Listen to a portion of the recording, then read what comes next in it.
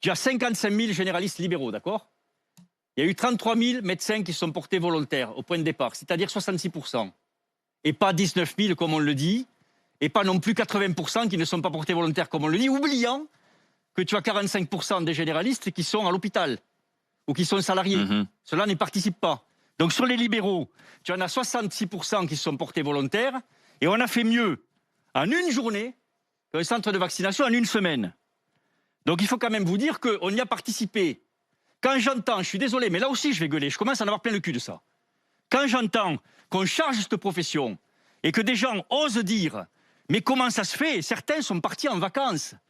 Mais pendant qu'ils étaient en vacances, ils ont reçu le premier mot de la DGS pour organiser leur vaccination, alors qu'ils n'étaient pas là. Et on leur reproche de partir. Une profession qui n'a jamais démérité, qui a 200 morts dans ses rangs. À cause du Covid, ouais. Qui est la profession qui a payé le plus lourd tribut. Et c'est des gens assis sur leur cul, le cul dans le velours, les pieds sur la moquette. À la DGS. Qui ne sont pas placés, oui, qui ne sont jamais placés face au virus, qui font ce genre de réflexion et qui se défaussent sur une profession qui, elle, a tout donné. Alors ça suffit. Et c'est ça qu'on reproche. Et la colère qu'il y a dans cette profession, qui n'a jamais été aussi importante.